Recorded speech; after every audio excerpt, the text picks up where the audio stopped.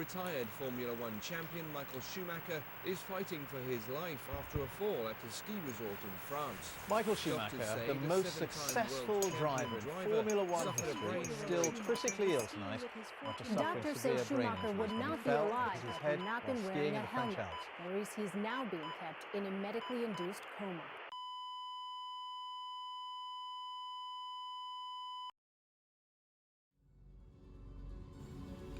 Pure racer. It's a term that is rarely used to adorn a world champion. In fact, it's often said that becoming a pure racer is something that can only be gifted to us. It's something that can only be extracted in karts, where the distractions of money, politics, and fame are removed entirely. But to remain a pure racer throughout each and every step of the journey is far rarer. To hold the crowns of Formula One and then to do it again 7 times over, well, it could only be Michael Schumacher. This is about that pure racer who done it all. It's a story that the undisputed king himself is yet to tell. It has been a really exceptional time. What motorsport in more than 30 years has given to me. I really loved every single moment of the good and the bad ones. Those ones make life so special. I've decided together with the team that I'm going to retire from racing. It's going to be my last Monza race I'm going to do. To survive in this business and this sport and to perform, I think it would have been impossible, and I can't be thankful enough.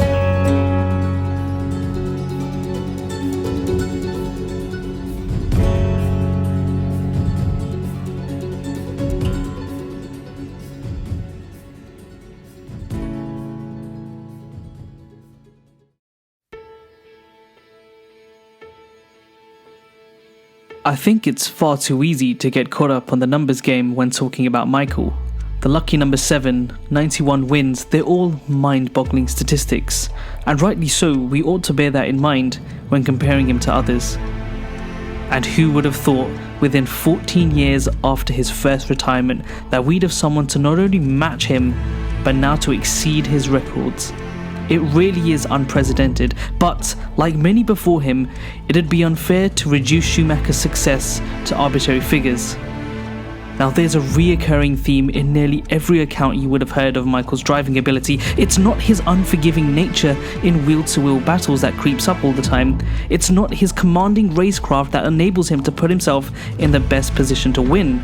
No, it's far simpler than that, and perhaps there's no one better to put it than himself. On CBS televised network in 2002, the great Mike had this to say. The biggest variation between myself and my teammates I've had has always been how fast you go into the corner. Can he get through? Fabulous start by Michael Schumacher, who takes... That's the tricky bit of it. But you have that. I have this natural ability of knowing how fast I can go into this corner without going out too often. It's an instinct. It's clear that Michael knew what his underlying strengths are, and from an engineer or head designer's perspective, that knowledge becomes a rare asset. Schumacher was an example of slowly taking the driver out of the equation, where more often than not, the driver is the main liability of a team's success. He says his ability to know where the limits of the car are is perhaps the most critical and crucially innate ability that sets each and every other of his attributes up. And that is truly one of a kind. The term "on the limit" is one that used to mean something bigger than what it stands for. It's been diluted and its novelty has almost been lost. But here is Schumacher, the ultimate definition of such phrase. The sensation of Spa has been Germany's 22-year-old Michael Schumacher, who's substituting for Bertrand Gachot in the Jordan Ford team. We gave him a run at Silverstone last week, 30 laps, and during that occasion he did a really good job.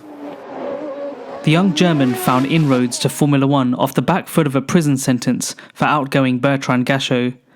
By this time, Schumacher had been persuaded to move from single-seaters to sports car racing, and down to a remarkable turn of events in Gachot's case that gave Schumacher his first drive at Jordan. By the time Michael had turned up to Spa in '91, it was found that he had lied about his racing experience. Before Belgium, Schumacher had never driven a Formula One car on a full Grand Prix circuit. He starts 7th on the grid, an incredible achievement. I said to him after the first session, Michael, how is it?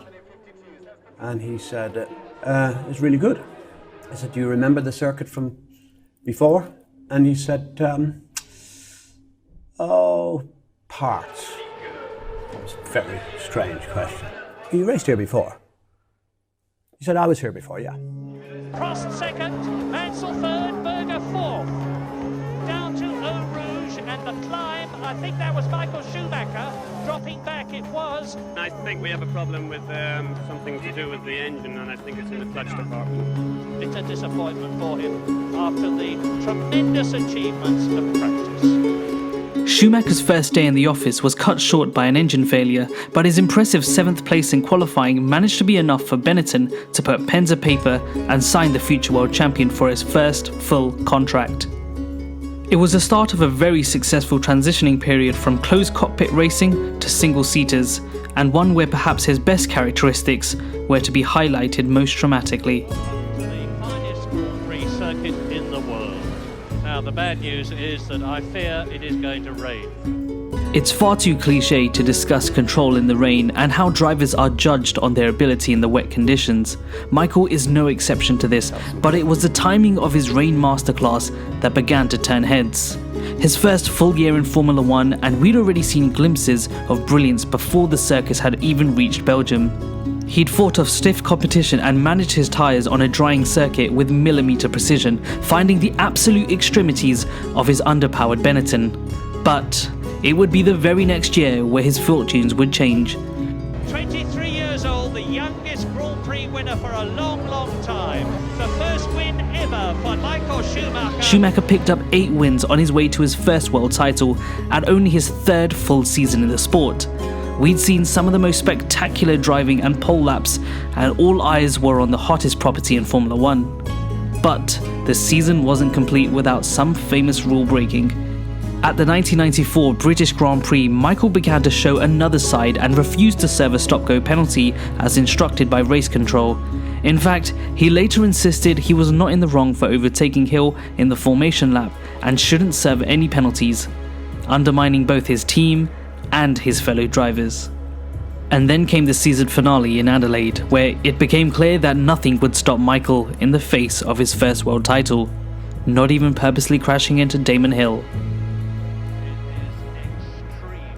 These violations of driving etiquette would follow in the shadows of Schumacher's success, always eating away at the brilliance of his driving abilities.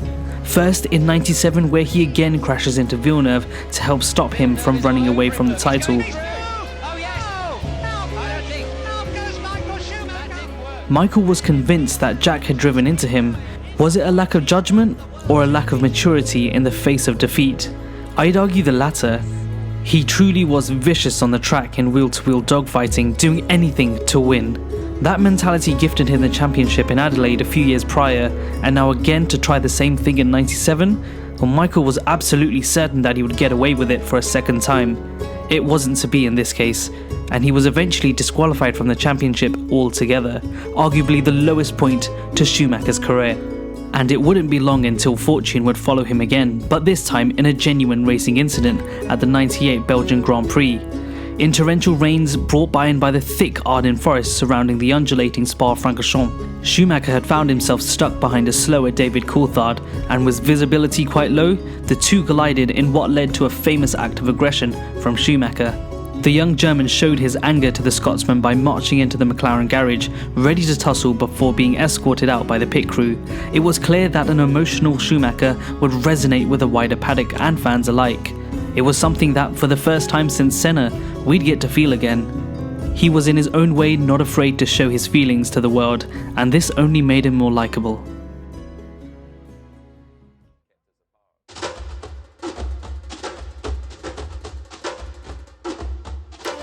Formula One is all too often described as a circus, and I'd take it one step further by calling it a wild circus.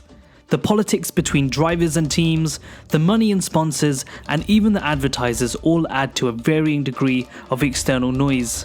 It's what adds to the flavour to any series and makes that drama so much more intense. And we love the heroes and loathe the villains, and Formula One is no different. Yes! Michael Schumacher takes the lead. By the winter break, we weren't entirely sure where Schumacher would rank among his fellow drivers, and with the 1990s being perhaps the most diverse decade the sport has ever seen, with 7 different drivers to claim the title, it was becoming apparent that 2 standout teams would emerge as outright constructors' contenders. And we're talking none other than the Scarlet Prancing Horses and the British Bulldogs McLaren. The pair traded blows and consistently matched each other from 98 to 2000, with McLaren's Mika Häkkinen taking the upper hand on both occasions. But 99 had its crucial turning point, and by the time the calendar had reached Silverstone, Formula One was about to change forever.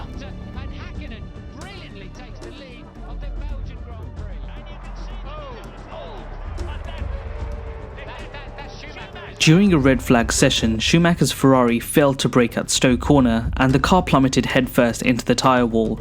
The resulting injuries casted doubt over where the Maranello team's future would be, as the injured double world champion could be out for good. Michael was forced to withdraw from the Grand Prix and missed out a further 6 races that season, and ultimately handed the title to Mika Häkkinen. During the time away from the sport, Michael would spend time with former world champion Niki Lauda, who in the 1970s had narrowly escaped death while racing at the infamous Nürburgring. The story of Lauda's life-changing injuries and eventual success is echoed throughout each generation of motor racing, and has most recently been visualised on the Hollywood big screen. Michael was receiving world-class treatment and at the same time being mentored by one of sport's all-time greatest comeback champions. Schumacher knew what he had already achieved, and he was ready to show off what he was capable of. Later that same year, the German had taken his race seat again and stormed to an impressive 2nd place on his return to the series. He did this not only at Malaysia, but also at Japan, leaving the entire Formula One world shocked in disbelief. A remarkable recovery from only 3 months prior with 2 game-changing drives. And little did we know, this was only going to be the beginning. The new millennia had turned and a new era of Grand Prix dominance would ensue. Ferrari had spent over a year moving management around and decided to bring in a proven Barrichello to assist Schumacher in the Constructors' title bid. The pair would go on to amass 57 wins over the course of 5 seasons, clinching both the Constructors and the Drivers' Championships on both occasions. The rest? Well, that was history.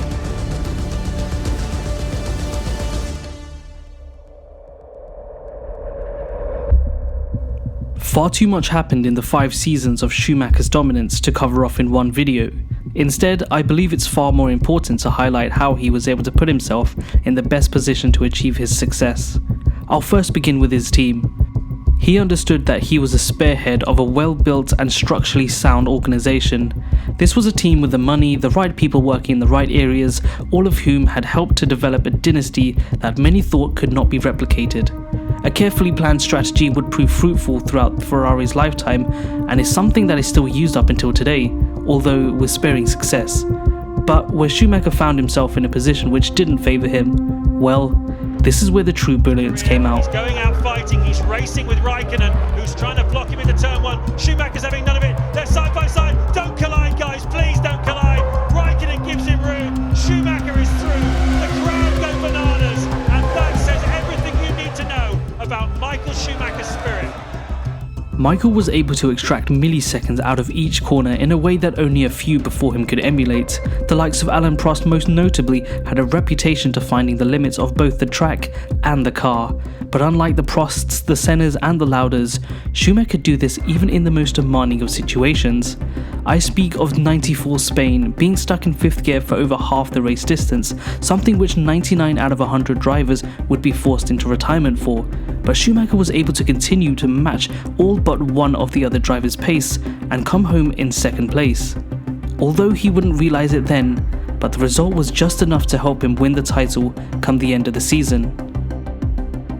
Then there was something truly exceptional with his driving ability, and through analysis of his accelerator trace, engineers could pinpoint how much throttle was being applied through each turn. Schumacher was lifting off earlier but braking less sharply, meaning that throttle responses wouldn't have to work up as hard, and also maintaining a higher exit speed. This was the argument of gradual deceleration versus keeping the throttle for longer and having to work with the forces of nature on harsher braking and then rapidly accelerating again. Schumacher, on the other hand, showed nurture and, without being too cliché, showed that he was at one with the car and handled the throttle with precision like a fine artist would handle their paintbrush. It meant that Michael could extract milliseconds of time each and every corner at a rate that wasn't seen in the V10 era. Maintaining the all-important higher top speed around a corner is what made the difference, and in his own words, he has an exceptional feeling for the limit, and he truly was driving on the edge. This brings me to my next point, and that's having the right mental aptitude for Grand Prix racing. It's no mystery nor secret that the preparation that Schumacher took when he first entered the sport was far beyond anything we had seen before, taking physical fitness to new heights and fine-tuning himself to the highest echelons of motorsport. And this translated to his on-track success by winning the overtaking battles before even reaching corners, simply by having developed a reputation for being the alpha driver. This is what separated him from his rivals, and even when we ignore the Ferrari dominance, Michael Schumacher was doing this from his Benetton days. This single point, I feel, is why many would still regard Schumacher as the undisputed GOAT of Formula 1. There was never any downtime, just pure race pace year in, year out. In fact, on 3 occasions we could have seen Schumacher take another 3 championships, in 97, 98 and 99, which by far would have left Schumacher in the untouchable band of his own. Yes, we could argue that many greats would have won more titles if something went differently, but only for 5 seasons did the right things go the way Schumacher had intended. The other potential 5 titles, well, only 2 came out to fruition. As for the other 3, because he pushed to his absolute limits, Michael's strengths became his own weaknesses. In 97, being too aggressive on track and being disqualified and hence handing the championship over to Villeneuve.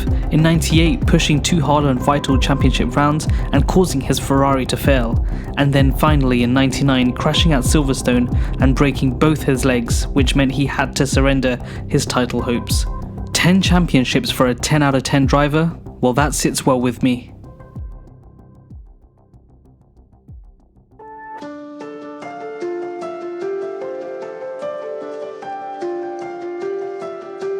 This short film wouldn't be complete without mentioning the Hamilton-Schumacher debate, and more specifically, who is the greatest of all time.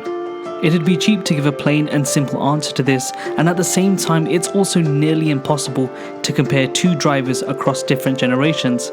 So I'll let you, the viewer, make your own opinions on this matter. But here are a few points to consider. I want to talk about pure racecraft. Schumacher was known to pull each straw out of the FIA's hat during his time in Formula 1. He often bent the rules and was equally penalised for it. Don't believe me? Check his Wikipedia page out, where there is a heavily documented section under racing controversies. The crashes with Villeneuve, the stopping out on track at Monaco, the crash with Hill, all went far beyond the rules of racing. Was it putting himself and others in danger? Absolutely, but even Schumacher understood that times were changing from the late 80s, where crashing into your rivals was more common. Ayrton Senna, for as much as he is adored by his global fans, was very much so one of the worst offenders of this, and I could argue that many would overlook this aspect. So when Michael was eventually appointed the director for the Grand Prix Drivers Association, which helped spearhead safety changes in single-seater formulas, he knew this would help plaster over some of his controversial on-track moments, and overall put his position, especially among fellow drivers, in a positive light. It also gave him a unique advantage. The time working with GPDA allowed him to see what kind of track and scenarios that can be taken advantage of ahead of time. It was simply genius. And then there's Hamilton, who I cannot recall from memory who had any such incidents in his career. And if you've seen my last documentary on Lewis Hamilton, you may remember the Rosberg feud that escalated on-track antics, but Hamilton wasn't penalised for any of it, instead going down as racing incidents. FIA protection, many would insist, so by this metric it's difficult to compare one another. I do believe that Lewis Hamilton far exceeds the health and fitness aspect to Schumacher. In fact, Hamilton was built to race cars. Where things get a little bit more complicated is when comparing the overtaking ability. Schumacher has won far more races than he has been on pole, which means he's doing the hard work overtaking on the Sunday. Hamilton, on the other hand, had plenty more poles than Schumacher, so you would imagine that he has many more wins. But this isn't the case. In fact, Hamilton only tops Michael by 5 race wins. Now, on one hand, you could say that Schumacher has had to fight harder for his race wins, but rule number 1 on racing is that it's nearly always harder to lead a race than it is to be chasing. The argument also undermines Hamilton's overtaking ability, and you can find brilliance of his talents in every season that he's competed in. But one area that I feel Schumacher is truly in his own league for is his ability to operate at his full potential for longer than any other driver. Pumping out qualifying lap times over and over again, sometimes where even the most seasoned drivers cannot maintain the same level of pace. It's almost unnecessary to do, but where Schumacher was able to produce some of the finest drives the sport has ever seen. I'm not saying he's perfect, in fact, far from it, but it becomes much more easier to understand where us the fans find admiration towards him when we can relate to the driver. It's those imperfections that built the reputation for this Grand Prix king. It's those out-of-this-world mega drives and relentless on-track ability which inspired a whole generation of motorsport enthusiasts. He was a champion for the modern F1 fan, the truest people's champion that I can remember, and he'd done it all on pure instinct.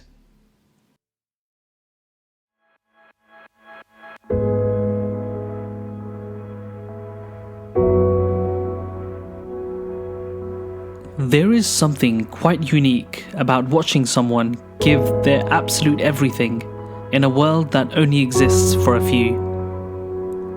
We see it very rarely in different spheres, where one individual effort makes all the difference between champions and great champions. It's an individual who believes in the higher power of collective efforts and rallies his team around him. It's even rarer when the barriers of entry are so much higher, where the possibilities of performing at one event and succeeding to then come to the next and then crash and end it all. On the 29th of December 2013, while enjoying his Christmas with his son Mick, Schumacher came within moments of his death. To this day, we hear very little of his progress, and perhaps even more rarer are seeing photographs of him.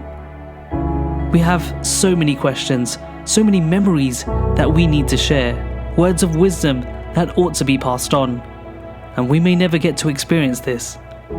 But what I find most remarkable is that Michael Schumacher left the sport in much the same way he'd entered as a young man. He entered on his own terms, doing things different. He was a change we didn't know we needed, and he left as nothing less than what the people wanted. And with his son Mick, who now carries that torch onwards with a name also synonymous with motorsport, well, we couldn't have wanted anything more.